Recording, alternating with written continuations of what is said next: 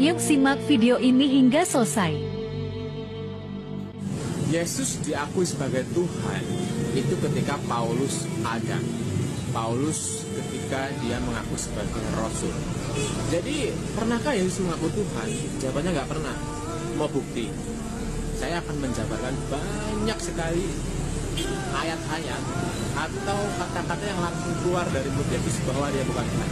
Jadi selama ini saudara-saudara kita yang beragama Kristen itu telah terkecoh, tersesat. Bahkan yang dapat dikatakan sebagai domba tersesat itu ya saudara-saudara kita yang Kristen. Soalnya Yesus tidak pernah mengatakan dirinya Tuhan. Mari kita simak. Saya akan menyebutkan beberapa ayat yang merupakan perkataan Yesus bahwa dia bukan Tuhan. Dengarkan ini guys. Coba sekarang teman-teman kita yang beragama Kristen, supaya ini bukan sekedar hoax dari mulut saya, dibuka Injil Yohanes pasal 10 ayat 29. Isinya apa? Yesus itu lebih kecil daripada Tuhan.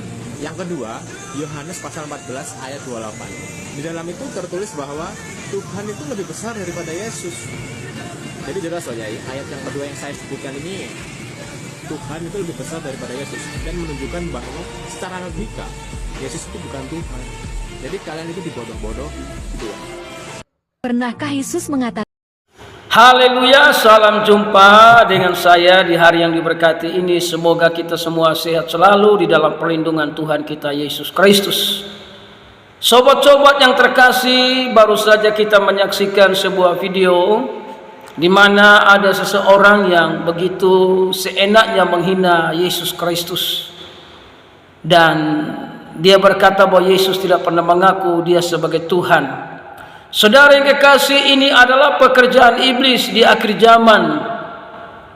Pekerjaan iblis di akhir zaman ini lebih giat dibandingkan waktu Yesus masih di dalam dunia.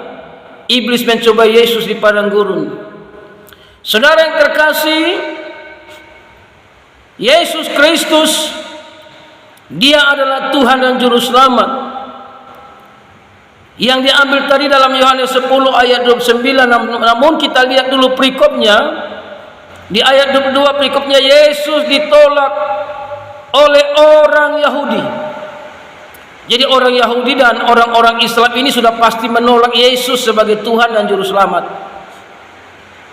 Kenapa mereka menolak Yesus sebagai Tuhan dan Juru Selamat? Baik orang-orang Yahudi, baik orang-orang Islam.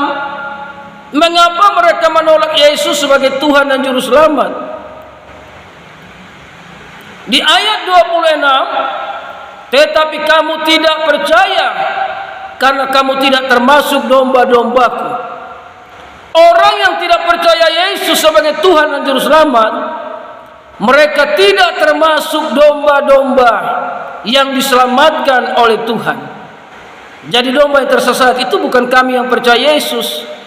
Anda yang tidak percaya Yesus, itulah yang disebut dengan domba yang tersesat. Jadi jangan ambil ayat satu-satu atau sepotong-sepotong dan saudara membenarkan pola pikir Anda sendiri. Saudara yang terkasih, di ayat 27, domba-dombaku mendengarkan suaraku, dan aku mengenal mereka, dan mereka mengikut aku. Firman Allah berkata, domba-dombaku mendengarkan suaraku. Orang-orang yang diselamatkan itu mendengarkan suara Tuhan. Tapi kalau saudara tidak percaya Yesus, saudara menolak Yesus, saudara tidak mendengarkan suara Tuhan, makanya engkau kerjanya cuma menghina Tuhan, saudara. Nah, saudara yang kekasih, firman Allah berkata, domba-dombaku mendengarkan suaraku, dan aku mengenal mereka, dan mereka mengikut aku. Tuhan mengenal orang yang percaya kepadanya di dalam Yesus, makanya kita mengikut Tuhan di dalam Yesus. Orang yang mengikut Allah di dalam Yesus, itulah jalan yang benar, jalan yang menuju surga, saudara. Jadi saudara ambil ayat sepotong-sepotong dan membenarkan pola pikir Anda. Itu saudara tidak beda jauh dengan iblis. Karena memang iblis itu menghalangi orang-orang supaya tidak percaya Yesus sebagai Tuhan dan Juru Selamat. Maka ayat 28 berkata, dan aku memberikan hidup yang kekal kepada mereka. Yesus memberikan hidup kekal kepada domba-domba yang sudah diselamatkan, yaitu mereka yang percaya kepada Yesus sudah menjadi anak-anak Allah. Yesus yang memberikan hidup yang kekal kepada mereka yang mengikut Yesus. Nabi tidak bisa memberikan hidup kekal kepada pengikutnya, karena Nabi juga manusia yang berdosa, mati, tulang belulangnya sampai hari ini masih ada. Nabi tidak bisa memberikan hidup kekal kepada pengikutnya. Kenapa Yesus memberikan hidup kekal? Karena Dia adalah Juru Selamat.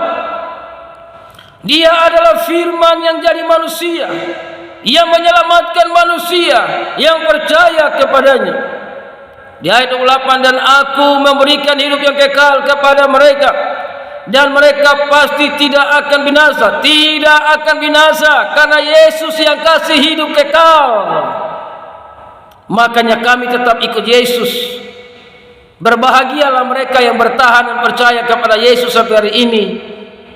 Dan binasalah mereka yang menolak Yesus. Binasalah mereka yang meninggalkan Yesus. Hidup ini tidak kekal di dunia, bos. Semuanya akan berakhir, dan hanya ada dua jalan, lebar dan sempit. Lebar menuju kepada kebinasaan, neraka yang kekal, dan sempit menuju kepada kehidupan yang kekal, surga yang kekal. Jalan yang sempit itu bernamanya Yesus. Kenapa? Karena ketika ikut Yesus banyak sekali ejekan, olokan, fitnaan. Tapi berbahagialah mereka yang bertahan sampai akhir. Mereka akan menikmati hidup yang kekal. Makanya di ayat 29, Bapakku yang memberikan mereka kepadaku lebih besar daripada siapapun. Yesus berkata, Bapa itu lebih besar dari siapapun, lebih besar dari semua nabi-nabi yang hebat di kolong langit ini.